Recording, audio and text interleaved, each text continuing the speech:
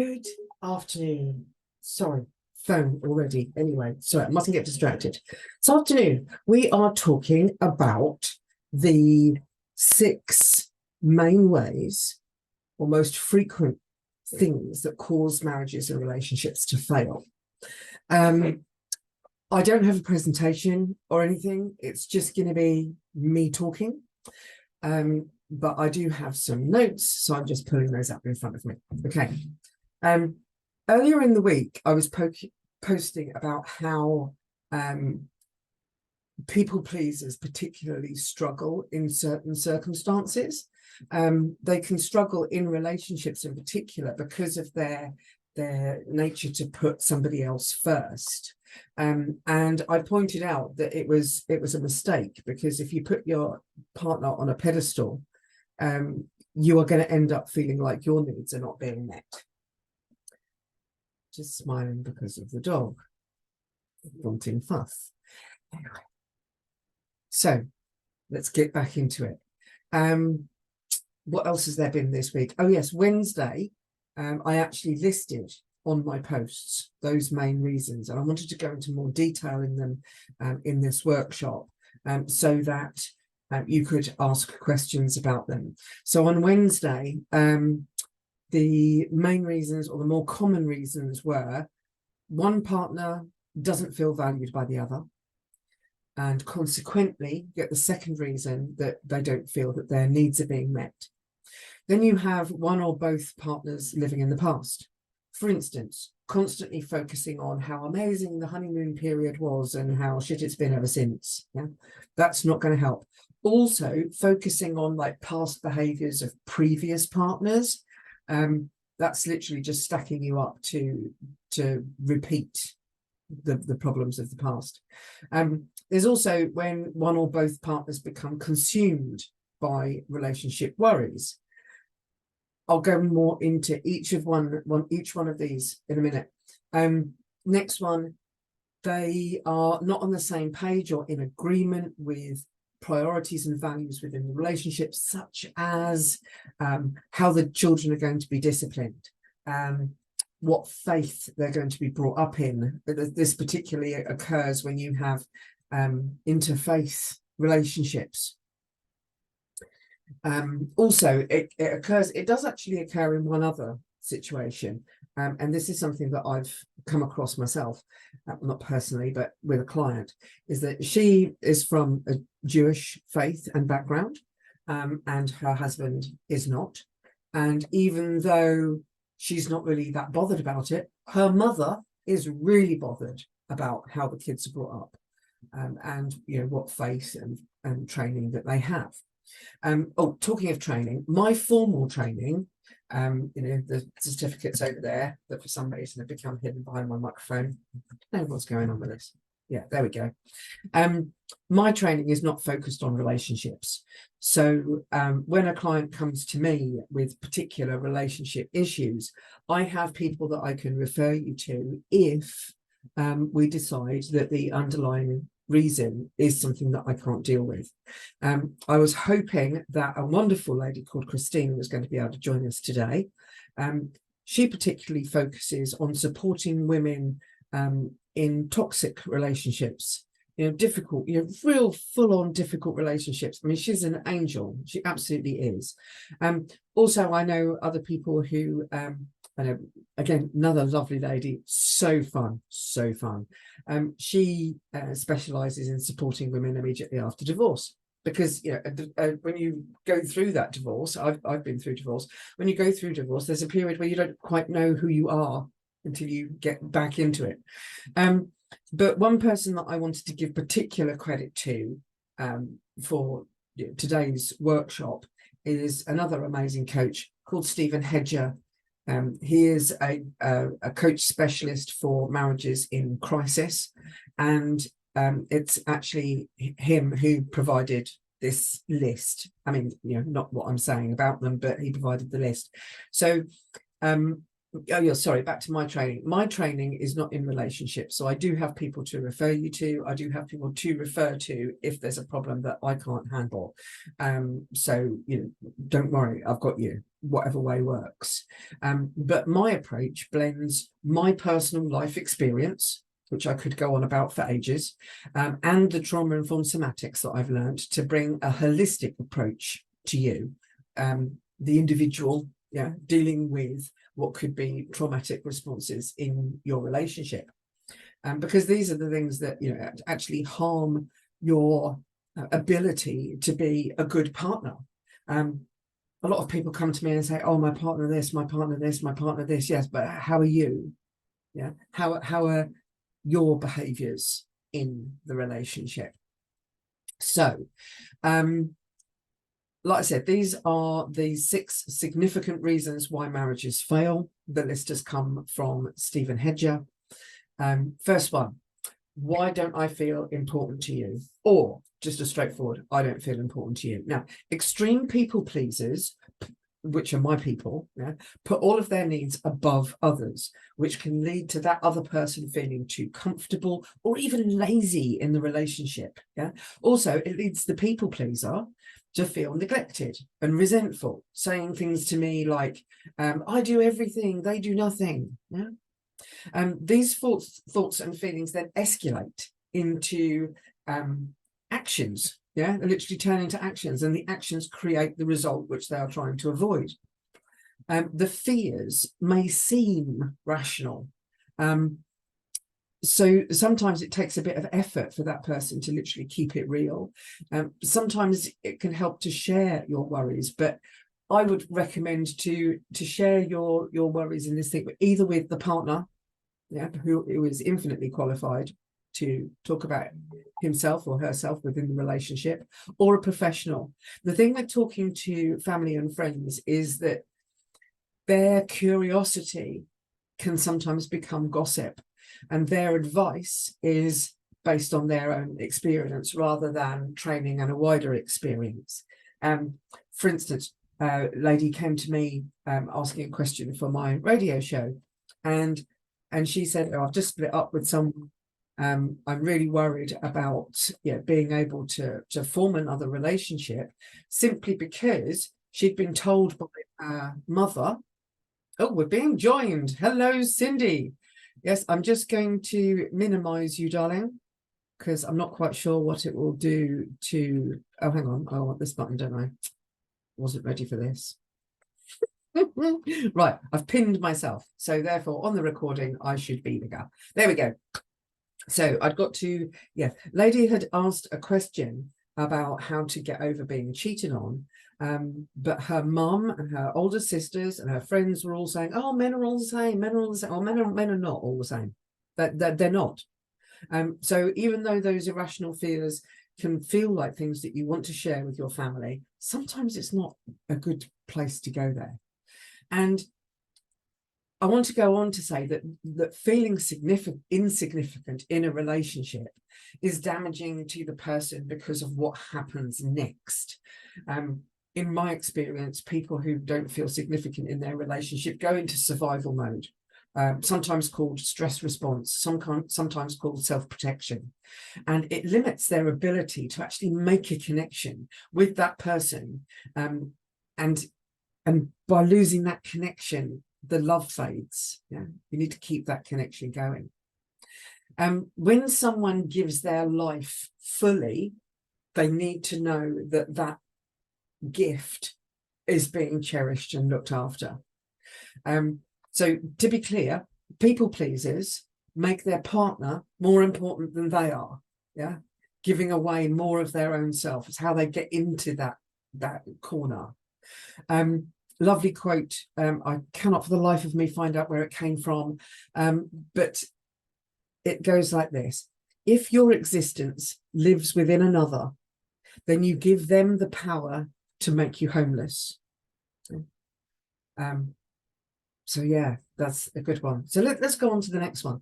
This imbalance in the relationship that we were talking about means that the needs of one or both of the partners are not being met. This then leads to discomfort beyond not feeling valued. You know, it can be all kinds of needs not being met, everything from significance to just needing a hug every now and again, or having someone interested in your day. When you feel you have to go outside a relationship to feel alive, to feel connected, to feel yourself, then there is definitely a problem within the relationship that needs looking at. And both people need to look at it. You know, a relationship is never, ever, ever one-sided. The problem that will not go away is, in fact, the one that's easiest to fix. Yeah? And that is lack of communication. When you don't talk, when you don't share, when you don't feel that connected, that's when the resentments can you know, double and triple and quadruple the feeling of disconnect. So think about it. If your needs are not being met within the partnership, then you need to be prepared to take action to change that. To, at the very least, communicate with your partner and tell them, look, I need someone to talk to at the end of the day, because if, you know, I mean, you don't have to threaten, but just express that. Because the truth of the matter is that if that's all you need, then if someone, you know, online in a chat room shows you that interest, then you're going to start getting your needs met, that need for communication at the end of the day, outside the relationship. You know? And at the point where all of the critical needs that you have are met outside the relationship itself loses all importance and will eventually suffer and die. Now, remember earlier I said that it was really dangerous to not let go of the past. And that can be past within the relationship or past in previous relationships. Let me explain why. When one or both people in the relationship is living in the past, they don't live in the truth and the possibility of today. Yeah. Let me say that again. If you're living in the past, you're missing out on the truth and possibility of today. Yeah? And of course, from today is where, you know, it's like the leap off point to all of your joint aspirations for the future. I mean, this can take so many different forms, but the ones that I always come back to are a past mistake. So say in the past your boyfriend did something that was a mistake and you forgave him and you stayed in the relationship, and yeah, but if you're constantly harping on, if you're constantly going back to it and back to it and back to it, that's the living in the past that will destroy your present. The other thing that crops up with my clients is when they repeatedly wish that they were back in that honeymoon phase, saying things like, oh, it was amazing for the first 6 months and now we've stopped trying. Yeah. Boom. You're actually answering your own question. You stop trying. Yeah. Because there's another little phrase that's just come to me as, rather than waiting for something to happen, go create it. So rather than waiting, create it. The main reason, though, why people cling on to the past is for that self-protection, is to keep themselves aware of it so that the moment there are signs of whatever it is, they can prevent the hurt that happened last time. Yeah, this is where the survival mode kicks in again. This is, seriously, all of these 6 reasons kick off survival mode. And there goes the dog. Hopefully you can't hear him, because I can.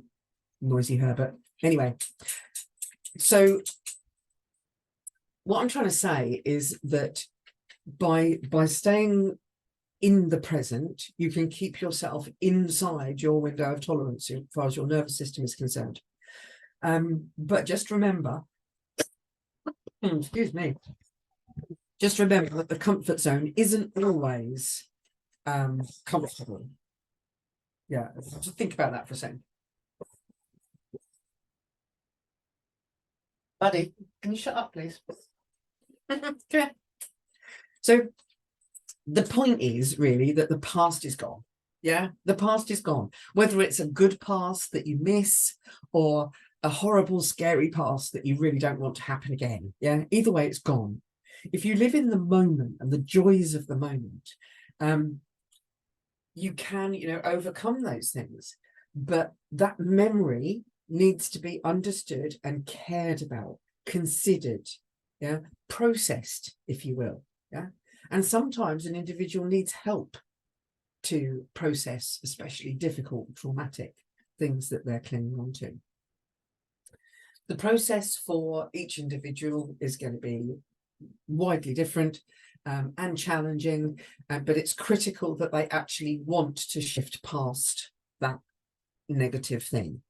It's difficult to give an example about that, so I'll just go on, because at the end of the day, mistakes happen, yeah, in a marriage. And when those mistakes do happen, you have the choice. Are you going to stay or are you going to go?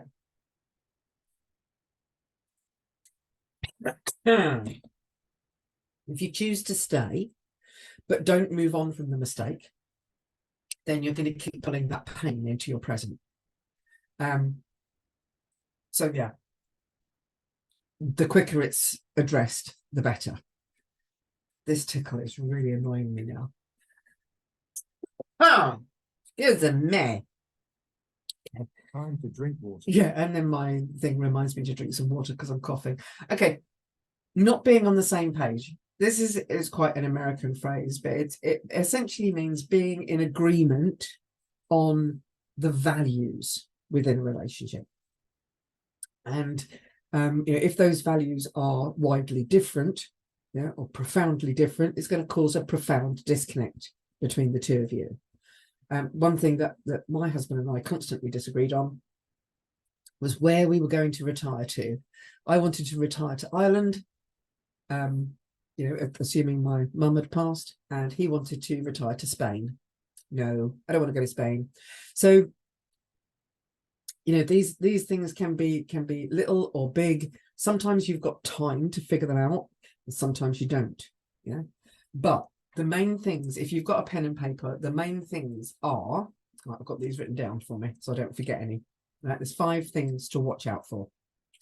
Do you agree on how conflicts are dealt with and resolved within your family? Right, any kind of conflict. That could be anything from kid not getting home to having an argument about where to go for dinner. Yeah, conflicts, resolution. How are you going to do that? The second one is, do you agree on how the kids will be educated and disciplined? This is particularly important in blended families. Yeah, you can't always leave it up to the biological parent. Yeah, because you have to be parents together, and you need to agree on their education, as I said earlier, their faith, how they're going to be disciplined, how they're going to be rewarded. It's really important. The next one is, do you agree on how to explore your sexual connection so that it doesn't die? It may be important in the early stages of your relationship to list some hell no things. Yeah, hell no, that is never going to happen. I'm not going to allow that to happen. I'm not going to be part of that. Yeah.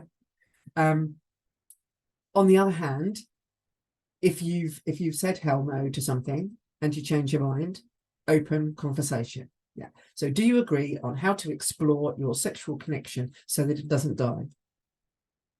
The next one is a little bit woolly. Are you on the same page with communication? For instance, you might want to just run through a couple of scenarios with each other before it happens. Like, if I've got some bad news, I'm not going to tell you on a text. I'm going to wait till you get home. I'm not going to send a text to you that says, I've got something really awful to tell you when you get home, and then leave that person hanging, wanting to know what it is. So, you've got different ways of communicating, and you've got different, ways to communicate different feelings. For instance, I used to never phone my husband during the working day because he was a plasterer, and if he gets a phone call and he's halfway through putting plaster on a wall and he stops, that can make like a ripple in the wall. And he was a perfectionist and he hated having ripples in the wall. So we agreed that I would never phone him during the working day and that he would never phone me during the working day. But if we needed to speak to each other, we would send a text. Yeah. And the last one of these 5 are on the same page or in agreement with what equals truth, trust, and respect. Yeah. And the reason why you need to discuss this, especially truth, is you need to know that nothing is going to be withheld from you unless it's the sort of thing that you've expressly said you don't want to know about. Or, you know, what equals respect. If your husband is out and all the lads that are around him are disrespecting their wives, yeah, do you expect your husband to talk about you in your absence as he would talk about you if you were in the room? Yeah? No matter what these agreements are, yeah, no matter what they are, the point is simply that alignment between the two of you is critical. I'm just going to have a quick look at the chat to see if any chats. No questions so far. That's great. Okay, so we're now on to like the last couple, I think. Without this alignment, though, actually, before I go on, without this alignment, one or other person is going to feel lonely. They're going to feel like they're out of the marriage before they're out of the marriage, and this one, you know, this alignment one is why so many choose to have affairs, because they want to talk to someone who agrees with them all the time. Yeah, and that's what often happens in affairs. The true person in the affair it isn't there. They're just two people reflecting each other because they just need connection. Affairs are often a much more needy relationship than a long-term relationship. So let's go on to relationship worries. That was the next one, wasn't it? Okay. Let me think. The thing with relationship worries is that, you know, occasional doubts or, you know, slightly negative thoughts and things are not what I'm talking about here. I'm talking about where you become fueled by the fear that you are not enough for your partner, or that you worry that you won't be loved by your partner once you get old, or if you gain weight, or if you change your hair color, or if you go grey. You know, all of these things. These worries can tumble and collect like a snowball. They can become bigger and bigger and bigger, and the further down you get, yeah, or the bigger the snowball gets, the bigger the self-protection or the survival instinct kicks in. And if one partner is constantly in that fear or stress mode for whatever reason, whether it's one of the ones we've mentioned before or this one, it's like you're constantly waiting for the axe to fall. Yeah, you're constantly waiting for that moment when your partner goes, you know what, I've had enough of this. They lose connection to themselves, and all they think about is the fear. So, you know, partner walks in the room and says, you know, have you got a minute? I need to talk to you about something. Immediately they go into, oh my God, they're going to dump me. You know, he's found another woman. He's going to split up. Or the divorce is going to be terrible. Yeah, chili beans, or take a beat, as I often say with my clients. Some people in this kind of worry cycle can become quite hostile. Yeah, or they can withdraw and distance themselves from each other. Yeah, or, you know, distance themselves from the partnership, from the relationship, and in some cases from the family. You know, for instance, if your husband is going out to a shed at the end of every day to drink beer and listen to the radio, it's because he wants to detach and self-numb. These addictive behaviours can crop up at this point too. It must be addressed, absolutely must be addressed. These worries have got to be addressed, because if they're not, it then turns into mental ill health. It turns into depression, anxiety, stress. The person can feel like they're a victim. They can fall into that victim mode. Or they can go the other way, become overly controlling, passive aggressive, or even straightforward aggressive. The challenge becomes that then the mental health issue, for instance, the depression, becomes more important than the thing that caused the depression. I was talking to somebody literally hours, in recent hours, right? Someone's in pain. So you give them a painkiller, they feel better. The painkiller wears off, so you give them another painkiller, they feel better, and then the pain comes back. At some point, you've got to look at the cause of the pain. And at this point in this workshop, we're talking about the worry creating the pain. Yeah? And little like expressions or hugs every now and again, might be the painkiller pill, but it might not be actually fixing the problem. It's just postponing the problem. So when this pattern starts to develop, that individual choosing to protect themselves, or might even, like, for instance, not even allow themselves to be happy. So no matter how fabulous the relationship is, no matter how many dates they go on, if they're not going to allow themselves to be happy, because it's too scary, this will again compound the negative feelings. The desire to protect themselves will escalate, and so on until breaking point is reached, for either the individual or for the relationship. There is one other response that happens here with these worries. Sometimes people become like paralyzed in their worry. They can't step out of it, and they can't even consider the possibility of going out for a meal and not having a row.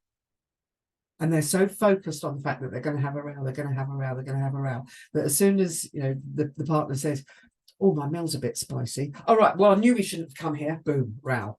Yeah. Now I'd like to talk about that sort of sexual, physical connection. So if you're the slightest bit, fast forward about 3 minutes. I have met couples who've essentially become bored with each other. Yeah. Not only bored of the same sexual position over and over and over again, but just bored with each other. They have no energy for each other. They sit in their homes, they look after their kids, they go to work, they watch TV, and they're bored. Yeah, not just bored with each other, but they become bored with their lives. That then leads to many of these couples living completely separate lives just to cope. And they think that their aliveness and their passion has gone, but it hasn't. Yeah, I gave the example to a couple this morning. It's so funny. I said to the woman, I said, do you still have any sexy lingerie from the early time in your relationship? And she said, "Oh yeah, it's all packed away and tucked in the bottom of a drawer." Her husband looked surprised, because he thought that the prospect of sexy lingerie was long gone. And when I suggested that she went and got it out the cupboard and just tried it on just to see if it fit, not necessarily in front of her husband or anything, but just try it on and see if it'll fit, see how she felt being in that clothing, she kind of blushed a little and got a little bit shy, and I thought, aha, I've helped here, just by suggesting that she went to look. Because that spark, that little sort of, that cheeky smile, that embarrassment, that arousal, that connection, spark, I suppose is the best word, is something that is really easy to lose, but it's also something that's really easy to get back. And again, I think I said this earlier, instead of waiting for those feelings to happen, create them. Yeah. Instead of, here's a funny story, right? I like receiving flowers. I don't care who gives me flowers. I just like flowers. And sometimes I buy flowers for myself. Right back in the early part of my relationship with my second husband, I came home and I had bought myself a big bunch of flowers. And he sort of looked at me and went, "Did someone else give you those?" And I said, "No, I bought them. Here's the Tesco receipt." Just happened to have it in the hand. And I said, "I like flowers. I like receiving flowers. Don't even need to have a reason to buy me flowers. But anyway, I like having flowers around, so I bought myself some. And from then on, I would receive flowers from him every now and again for no apparent reason, just because he saw some flowers, thought of me, remembered this moment, and bought me flowers. And that's how you can create, or it's how I created, or prompted, or trained, or whatever way you want to look at it, you know, put it in my husband's mind for him to buy me flowers. Many couples actually forget how to bring that kind of attractive energy to each other. Yeah. And then everything becomes so unpleasant. Everything becomes so unpleasant. But the key to understanding how to choose the things you want, the key is to understanding that you can choose the feelings you want and become them so that you get what you want.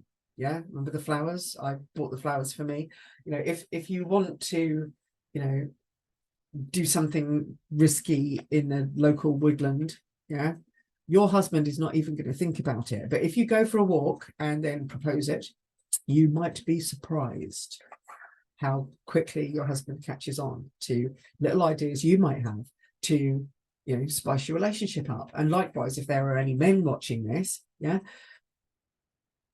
just suggest things, yeah, but be prepared to be turned down. And this goes both ways. This goes back to the alignment. Yeah, you've got to talk about different things to see where you meet up with each other and where you don't. This is why I focus on getting my clients to bring pleasure and positivity to the connection that they have today. Yeah. Say, you know, the couple I was talking to this morning. I don't know how it's going to pan out, but let's just make it up, shall we? After our meeting, say she went upstairs, tried something on, felt sexy in it, put a dressing gown on, went back downstairs and went, look what I'm wearing, and then ran upstairs. Guarantee husband followed. Absolutely guarantee it. Just because of, you know, the way they are. He doesn't need a lot of encouragement.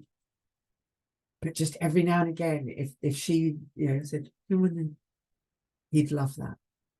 Because those experiences today become memories, become proof, become a foundation of what their future could hold together. Yeah. So if you're watching this video, if you're watching the recording, if you're watching the recording from the Facebook group, post your questions below. If you're watching this video anywhere else, post the questions below, or look in the description. Some of these videos I'm putting on YouTube for posterity, as it were.